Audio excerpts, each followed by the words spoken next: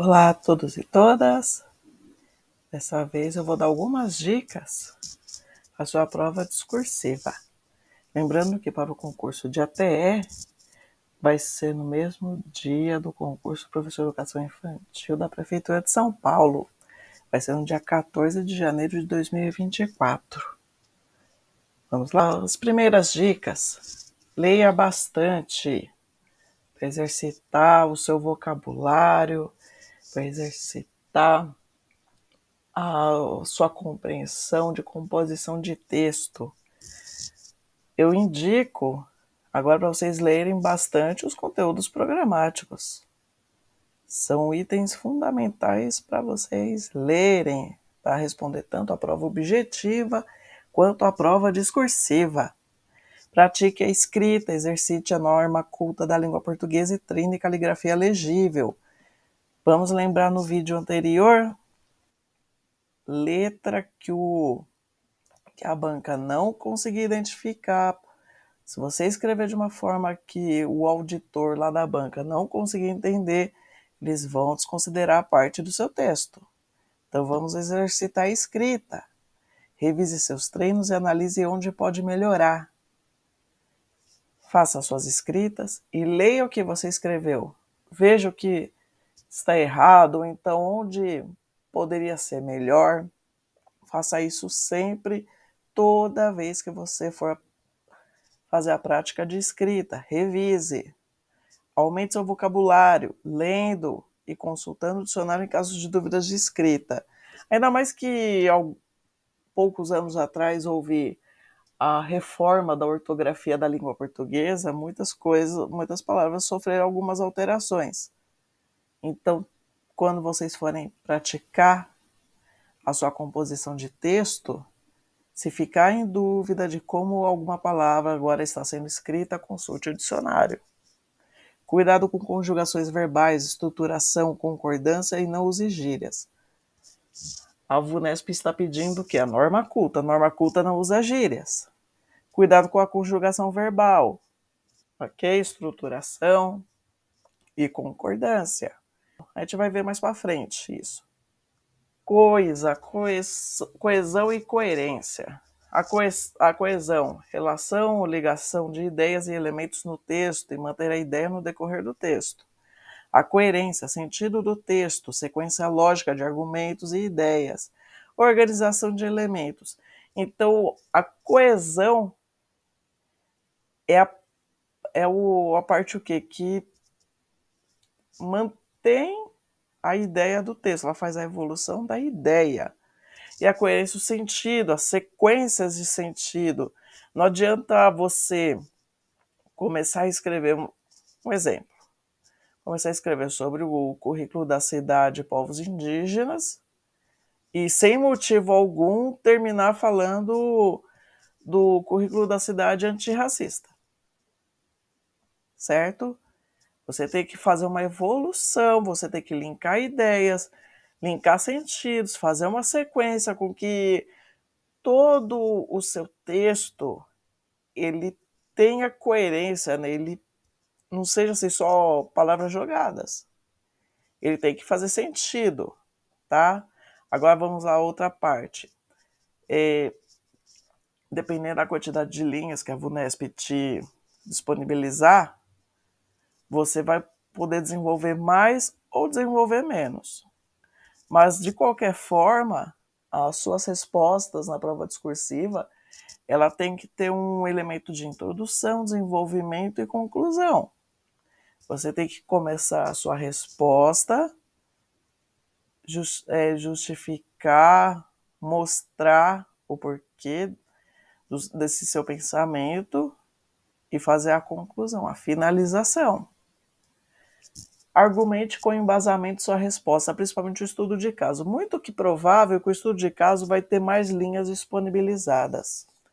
E bem provável também que a VUNESP faça o estudo de caso contando alguma historinha. Ah, fulano é ATE de uma MF, ele tomou tal atitude, e baseado nos documentos oficiais, a atitude de fulano foi correta ou incorreta. Mais ou menos isso. Eu vejo que nas últimas provas da VUNESP ela tomou esse tipo de rumo.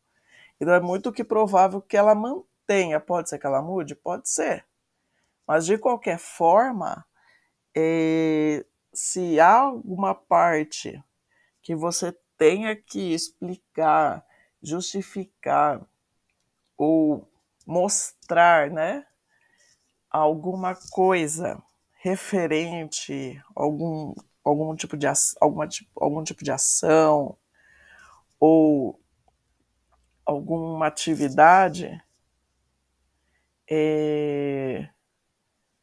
sempre que possível, argumente citando alguma coisa, tá?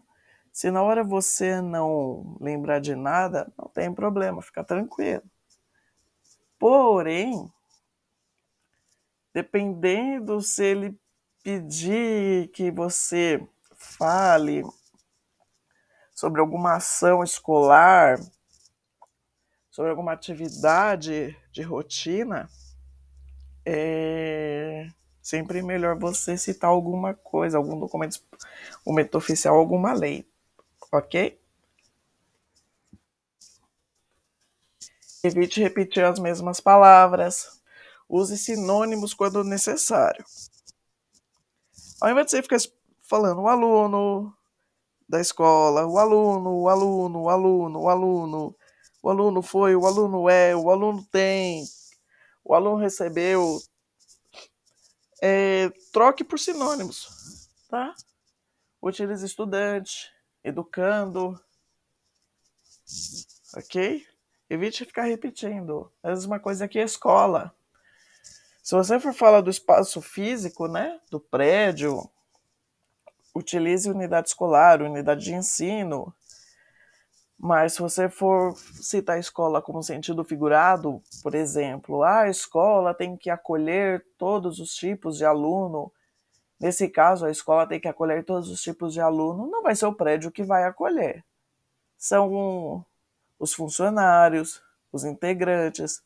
Então você pode substituir também os funcionários da unidade escolar, os integrantes da unidade de ensino. Rotina.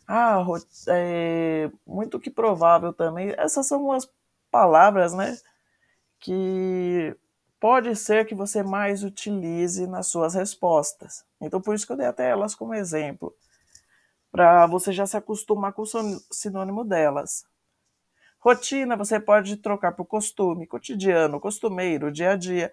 Vai depender do que? Do contexto do seu texto, do contexto do trecho do seu texto, do trecho da sua resposta. Você vai ver qual palavra que vai se encaixar melhor. Mas você pode substituir por porém, contudo, entretanto, embora, certo? Concordância verbal. Respeitar a conjugação do verbo de acordo com o sujeito. Um exemplo, Maria é bonita, Maria e Gleice são bonitas. Ele partiu, elas partiram. Quando a frase transmite a ideia de existência, agora veio um verbinho assim que o povo erra bastante.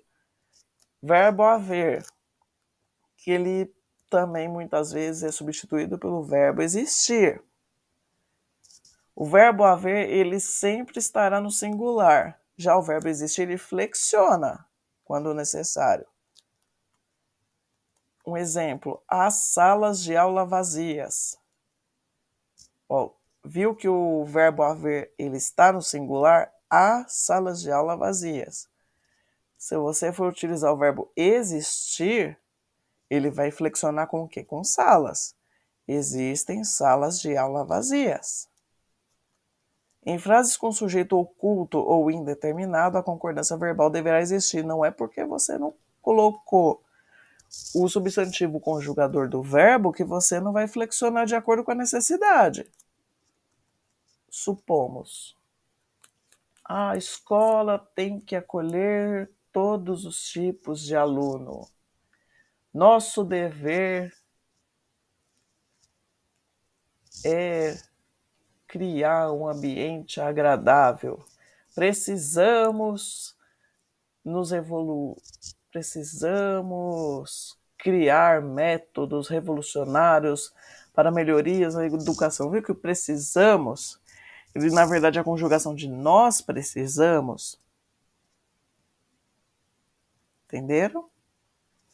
Os coletivos conjugam o verbo no singular. Agora vem aqui também outra atenção. Se você vai utilizar uma palavra de coletivo, ela vai conjugar o verbo no singular. A classe foi aprovada. A classe é plural de quê? De alunos. A resma é azul. A resma é o quê? Plural de folhas. A turma está sem recreio. A turma também é coletivo de alunos. Se você for utilizar uma palavra de coletivo, ela vai conjugar o verbo no singular. Outra concordância também que vocês têm que tomar cuidado é a concordância nominal. Eu vejo acho que foi no concurso de Santo André, que a VUNESP divulgou não, né? Deixou disponível por 2 dias a redação para todos os candidatos e nos grupos de WhatsApp o povo começou a compartilhar suas redações e eu percebi que uma boa parte esquecia a concordância nominal, que é o quê? Os adjetivos devem concordar com o gênero e número dos substantivos. Se o se o substantivo está no singular, o adjetivo também tem que acompanhar o substantivo. E o gênero também, não esqueça disso. Um exemplo, que bonita poesia, leia belos poemas. Veja aqui no primeiro exemplo, bonita poesia. É a poesia e ela está que no singular. Então, o bonita, ela flexiona para o gênero feminino e também está no singular. Leia belos poemas. O poema, substantivo masculino. Belos acompanha o poema. Ele foi flexionado para o gênero masculino e está no plural. Quando há mais de um substantivo, o adjetivo concordará com o mais próximo ou com ambos. Se você colocar 2 substantivos, o adjetivo não precisa flexionar com os 2, a não ser que você coloque nomes próprios. Certo? Exemplo, que parede de teto bonito. Os livros e os cadernos estão bem conservados. A professora Luana e o professor Celso são excelentes. Substantivo no singular com 2 adjetivos. Coloque o artigo definido antes do segundo adjetivo. Remete o quê? O substantivo. Um exemplo, estude a literatura brasileira e a estadunidense. Substantivo no plural com 2 adjetivos. Não coloque artigo antes do segundo adjetivo. Conheça as literaturas africana e portuguesa. Vamos lá, para o dia da prova. Faça o rascunho. Leia tudo antes de passar suas respostas para a folha definitiva, as folhas definitivas. Faça alterações se necessário. Confira se o seu texto tem sentido do início ao fim. Quando necessário, cite algum documento oficial, lei, decreto, instrução normativa ou autor da área. Apenas se você estiver certo que se encaixa no assunto. E se você estiver certo mesmo que aquele documento se trata daquilo. Em caso de dúvidas, não coloque. Então é isso. Espero que eu tenha ajudado vocês. E até uma próxima. Até mais.